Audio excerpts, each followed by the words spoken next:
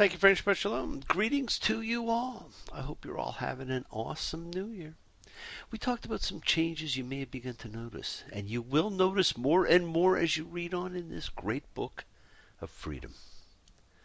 We truly are in that transition point we talked of last time, and it really is a new wide-angle lens through which the characters and the events are seen. The man Moses remains somewhat distant from us, but even if we had never read these great 5 books before, we know he is the focus from here on in. Can you imagine how it must feel to be the one chosen person through whom God will introduce himself to the people? How does it feel to be on your own with no direction home, like a complete unknown? The man Moses, the great prophet, had been away from home for 40 years before he went back to Egypt.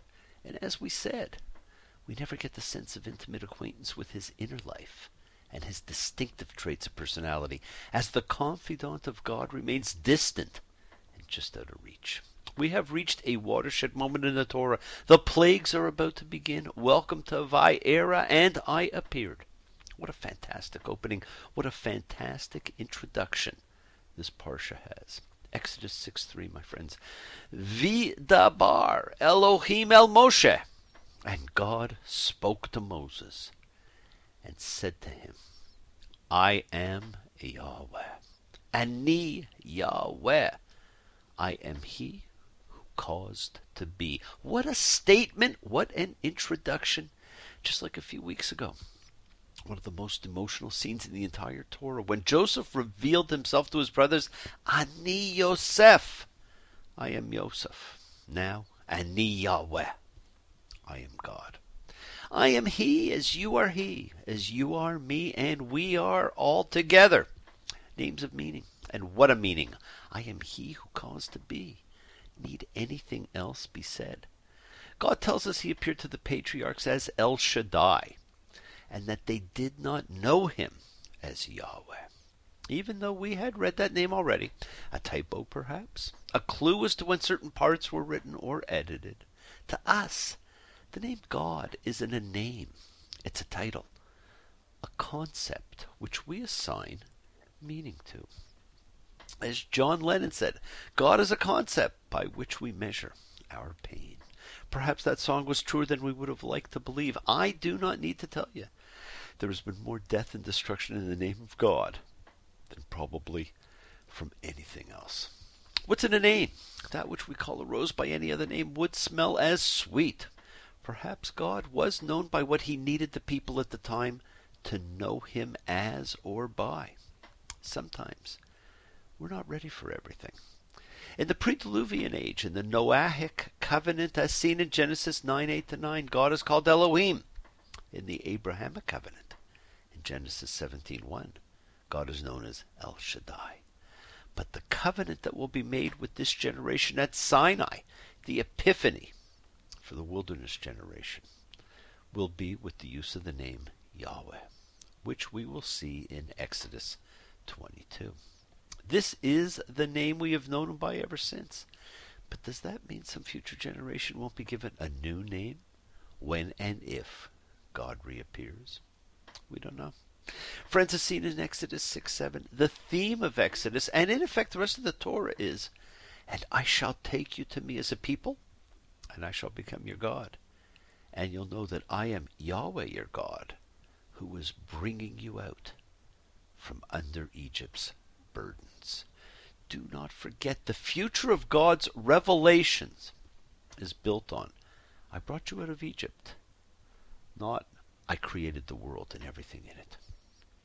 Moses speaks to the people and they do not listen. And he says to God that they didn't listen, so why would Pharaoh? Here, the children of Israel didn't listen to me, and how will Pharaoh listen to me? And I'm uncircumcised of lips. I thought this was an amazing comment. Was it tied into being heavy of tongue and mouth? It's the third reference to circumcision. We know that later there is a strong image criticizing the people who understand that their covenant requires circumcision of the skin that covers the penis, but who do not appreciate that they must likewise remove the impediment to their hearts. The heart, the seat of emotion and understanding, and the gateway allowing women into the covenant. But there is nothing about this strange reference to uncircumcised lips. And I wondered whether it was Moses saying, circumcised lips do not filter. They speak truth. And he is either still afraid, or disbelieving, or too humble to accept his role. And when he has that gift of conviction, he will be uncircumcised of lips. And we will watch that development as we watch his relationship with God unfold. It stands as a metaphor and suggests not merely incapacity of speech, but a kind of ritual lack of fitness for the sacred task ahead. There's another Toldot, genealogy of Moses and Aaron and others, and it demonstrates certain connections and certain precedents, which we can talk about another time, leading to Moses' meeting with Pharaoh. And friends, the setup in Exodus 6:30 is fascinating, simply fascinating. We will be told so much in the next few verses that have repercussions throughout the rest of the Torah, and some things that even though they are stated on numerous occasions, we philosophically and dogmatically choose to ignore. And Yahweh spoke to Moses, saying, I am Yahweh. Speak to Pharaoh, king of Egypt, everything that I speak to you. And Moses said in front of Yahweh, here, I'm uncircumcised of lips, and how will Pharaoh listen to me? And Yahweh said to Moses, see, I've made you a god to Pharaoh, and Aaron, your brother, will be your prophet. And I'll harden Pharaoh's heart, and I'll multiply my signs and my wonders in the land of Egypt. And Pharaoh won't listen to you. And I'll set my hand in Egypt and bring out my masses, my people, the children of Israel, from the land of Egypt with great judgments. And Egypt will know that I am Yahweh when I reach out my hand on Egypt, and I'll bring out the children of Israel from among them. Look at the incredible things that verse says. Again, we have the uncircumcised of lips comment, followed by God saying he has made Moses a god to Pharaoh and Aaron, Moses' prophet. Wow, what an amazing thing to have said. And friends, there is so little written on such a powerful statement. And Moses was 80 years old and Aaron was 83 years old when they spoke to Pharaoh. Friends, it is never too late to realize your destiny. And then, one of the most glossed over comments in the Torah, as God tells us that he's going to prevent Pharaoh from complying. Now, I'm not saying Pharaoh was a nice guy. I have known some pretty horrid pharaohs. But his free will is being suspended. You will read that he is prepared again and again to let the Israelites go. But God does not let him. Exodus 7:3. I, on my part, shall harden Pharaoh's heart, that I may multiply my signs and my portents in the land of Egypt, and Pharaoh will not heed you. I've always said that perhaps the greatest gift we have is free will, and here we see it taken away. Why? Without Pharaoh's resistance, God would not have the opportunity to deploy his great wonders, and so demonstrate his insuperable power in history and the emptiness of the power attributed to the gods of Egypt. And friends, God has told us that the point to all of this is he will make himself known by what he will do now. And 3 different verbs are used in the story for the action on or in Pharaoh's heart. Hiksha, to harden. Chizek, to toughen. Or another context, to strengthen, as it was used in an earlier passage.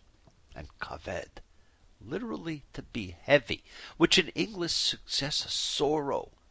And together, the force of all 3 idioms is to be stubborn, unfeeling, and arrogantly inflexible. The plagues are about to begin. God tells Moses what to say, and he is to say, Yahweh said this. By this you'll know that I am Yahweh. This is the story of the introduction of the deity by name to the world. So this statement can be understood not only as establishing the existence of the name deity to Pharaoh, but also as establishing what the name conveys. You'll know that I am the one who causes being. And so it begins. And this is probably most people's favorite part of the Passover Seder, when you dip your knife in wine, spill the drops on the plate as you say, blood, frogs, lice, insect swarm. In Hebrew it is arov, horde. Livestock epidemic is the fifth. Sixth, boils. And friends, the boils arise from furnace ash.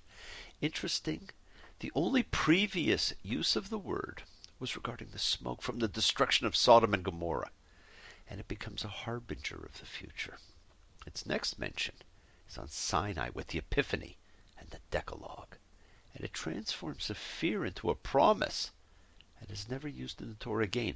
But every time I read it, it brings forward thousands of years to the furnaces of the German death camps. And the seventh, and the final one in this parsha, hail.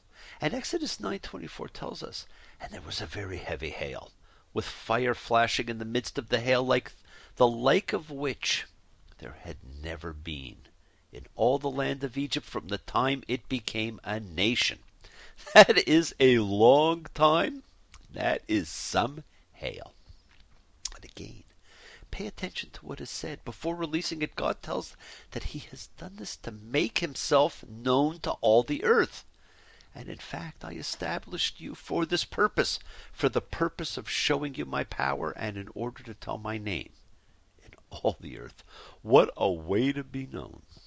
There's a shift in thinking and a shift in the presentation of the deity, not as creator, but as a liberator. That, my friends, is personal. Creation is not. We can each, however, feel liberation. I am the Lord your God who takes you out from under the burdens of Egypt. This idea is emphasized again and again in the Torah as well as in later books of the Bible. It is the cornerstone of Israelite faith that God has proven his divinity and his special attachment to Israel by the dramatic act of liberating the people from Egyptian slavery. As that great line from me and Bobby McGee goes, freedom is just another word for nothing left to lose. Nothing ain't worth nothing, but it's free. Friends, is freedom just another word for nothing left to lose? Does it rank right up there with air to breathe, water to drink, food and shelter? We have seen and survived the first 7 plagues, and we were told, so as to show you my power, so that my name will be told through all the earth. Here we are given an emphatic summary of the theological rationale for the elaborate and excruciating sequence of plagues. The God of Israel is above all a God of history. His unrivaled supremacy as God is manifested by his powerful acts in the arena of history. The Exodus story is conceived as an establishing of the credentials of the God of Israel for all humanity, and hence his awesome power has to be demonstrated in one plague after another, and Pharaoh's repeated resistance is a required condition of the demonstration. Sit back as we begin the journey to freedom where the man of water meets the God of flame. And friends, aren't we more concerned with our freedom and well-being and happiness than with the creation of matter? Isn't the history of the world told in stories of freedom? How many years can a mountain exist before it's washed to the sea? How many years can some people exist before they're allowed to be free? Thank you all for joining me. Love you all. Live free, be free, and honor your freedom. Be well, be happy, and be blessed. Share and honor the light, and all who live in the light and shine on brightly. Continue to have a wonderful year. Pray for peace in Europe, and end to terror and hatred, and continue to live a life of peace and harmony. Thank you. See you all next time. Bless you all. Shabbat Shalom.